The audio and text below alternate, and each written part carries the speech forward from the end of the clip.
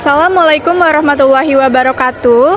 Kami dari kelompok 3 mata kuliah Wawasan Pendidikan dengan dosen pengampu Pak Ahmad Rifki Asidiki.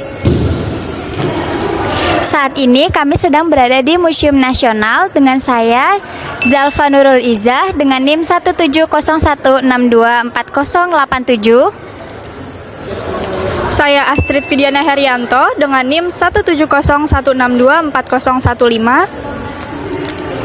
Saya Mutia Hafiz dengan NIM 17016240447. Saya Karisya Putri dengan NIM 17056241112. Nah, museum ini banyak sekali menyimpan sejarah peninggalan zaman dahulu. Nah, kalau kalian penasaran sama apa aja yang ada di dalam museum ini, yuk ikutin kita. Ketika sudah memasuki pintu masuk utama Museum Nasional, kami langsung disajikan oleh ruangan arkeologi prasejarah yang menyajikan gambaran kehidupan manusia Indonesia sebelum mengenal tulisan. Nah, ruangan ini berisi artefak seperti kapak batu, alat prasejarah dari tulang, serta yang paling menonjol ialah arca Ganesha dan patung-patung Buddha lainnya. Nah, ini adalah koridor dari Galeri Arka Batu. Perhatian saya tertuju pada Arka Dewi Durga. Arka Dewi Durga adalah salah satu bentuk seni patung atau relief yang menggambarkan sosok Dewi Durga. Dewi dalam kepercayaan Hindu yang melambangkan kekuatan, perlindungan, dan kemenangan atas kejahatan. Nah, ketika memasuki ruangan ini, mata kami langsung tertarik kepada sebuah pameran yang berada di tengah ruangan yang ternyata di dalamnya berisi fragmen atau potongan tulang belulang dari mamalia, Proboscidea, dan Cervidae, dan keterangan tentang panjang, lebar, serta tebal dari fragmen tersebut atau potongan-potongan tulang tersebut. Nah, selanjutnya ini adalah ruang pameran kronologi sejarah.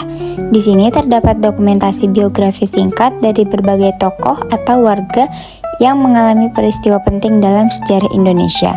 Informasi ini disusun berdasarkan timeline dari tahun ke tahun, sehingga pengunjung bisa mengikuti perjalanan sejarah secara kronologis dan personal. Di sudut instalasi karya Ika Fantiani, pengunjung diajak berhenti sejenak, mengingat sosok perempuan yang mereka kagumi. Dengan secari kartu pos, mereka menuliskan rasa kagum, terima kasih, atau harapan, menjadikan karya ini sebagai ruang refleksi bersama. Kartu-kartu itu ditempel membentuk percakapan publik tentang perempuan, perjuangan, dan cahaya yang terus menyala.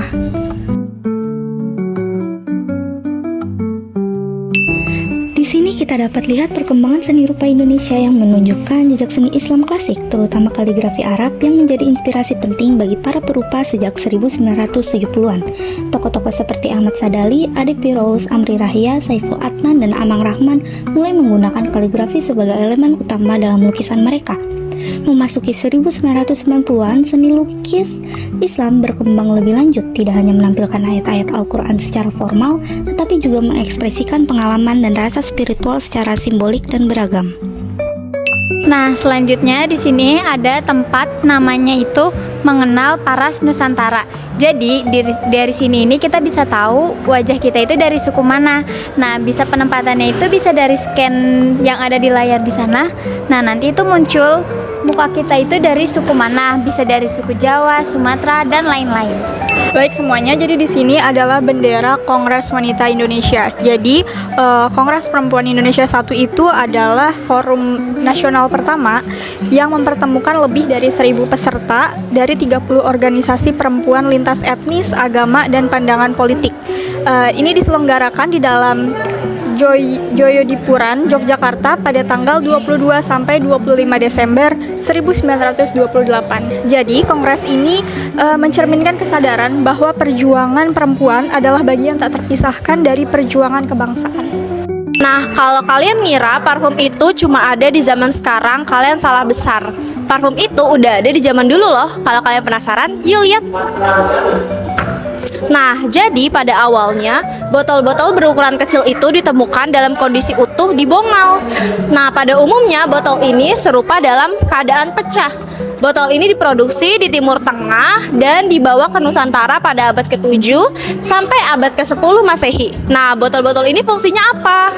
Fungsinya itu sebagai wadah parfum hasil ekstraksi berbagai tanaman aromatik seperti kapur, kemenyan, kayu cendana, dan gaharu yang kemudian dikirim sebagai komunitas dagang di Timur Tengah. Yuk kita lihat contoh parfumnya. Nah, ini contoh beragam parfumnya. Terus kalau kalian main-main ke Museum Nasional, kalian juga bisa loh ngebuka salah satu tuh parfumnya, terus kalian cium wanginya. Dan itu emang ada wanginya. Wanginya emang hasil dari alam. Seperti itu, teman-teman. Nah, di sini kita dapat lihat manik-manik kaca yang ditemukan di situs Bongal yang berasal dari abad ke-7 sampai ke-13 Masehi.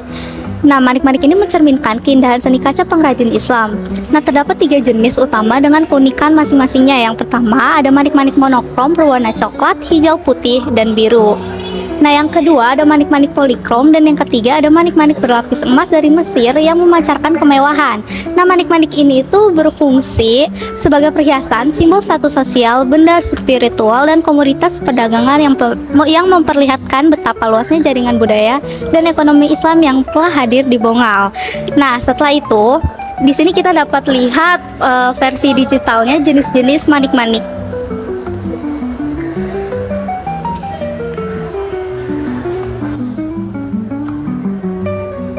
Selanjutnya, kita akan memasuki suatu ruangan yang di bagian tengahnya terdapat alat mesin kuno, yaitu alat tenun. Lalu, yang paling menarik dari galeri ini ialah sebuah lukisan yang menggambarkan pertempuran. Lukisan tersebut menampilkan banyak figur yang tampak seperti tentara atau pejuang dengan bangunan di latar belakang yang menunjukkan kemungkinan adanya konflik atau peristiwa penting yang menyangkut sejarah Indonesia. Nah, telah berakhir kunjungan kita di Museum Nasional. Semoga apa yang telah kita sampaikan bisa bermanfaat untuk semuanya. Kurang lebihnya mohon maaf. Wassalamualaikum warahmatullahi wabarakatuh.